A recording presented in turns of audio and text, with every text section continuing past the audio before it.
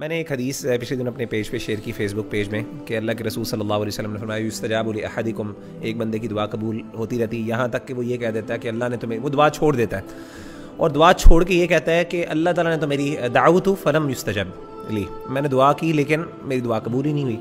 تو وہ صرف اس کہنے پہ اس کی دعا قبول نہیں ہوتی، یعنی وہ بالکل، یعنی ان ادر ورڈس کہ اس کی دعا قبول ہونے والی ہوتی ہے تو وہ جو نہ کہہ دیتا ہے کہ یار میں گیو اپ کر دیتا ہے. کبھی دعا کے بارے میں ہوپلیس نہ ہو، اللہ سے دعا مانگیں.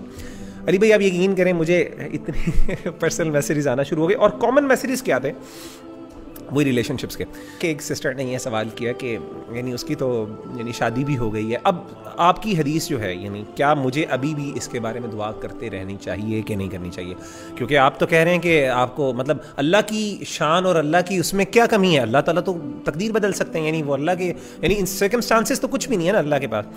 تو میں یہ دعا کرتی رہوں یا چھوڑ دوں؟ میں تو بڑی دیر سے دعا کر رہی ہوں، اس کی شادی بھی ہوگی، بچے بھی ہوگے. میں نے اس کو جو جواب یہ دیا، دعا کے ساتھ ایک فیلنگ آف توکل اللہ پر ہونا چاہیے، اور وہ فیلنگ آف توکل یہ ہے کہ میری جو خوشی ہے نا، مطلب میں یہ اللہ پہ توکل رکھوں کہ اللہ مجھے خوش کر سکتے ہیں. ہمارے ہاں نا ہمارے بیک آف دا مائنڈ یہ ہے کہ یہی چیز مجھے خوش کر سکتی ہے، اور پھر ہم اللہ سے اسی پہ اتنا انسسٹ کرتے ہیں کہ نہیں مجھے یہی چاہیے، یہ بلیو کرتے ہوئے کہ شاید مجھے خوشی اس سے ملنی ہے. دعائے استخارہ میں کیا سکھایا ہمیں؟ اینڈ پہ کہا کہ اللہ تعالیٰ اگر یہ میرے حق میں بہتر نہیں ہے تو مجھ سے دور کر دے، فاصرف عنی واصرفنی عنہ واقدر لی الخیر حیث کان. پھر آخر میں کیا؟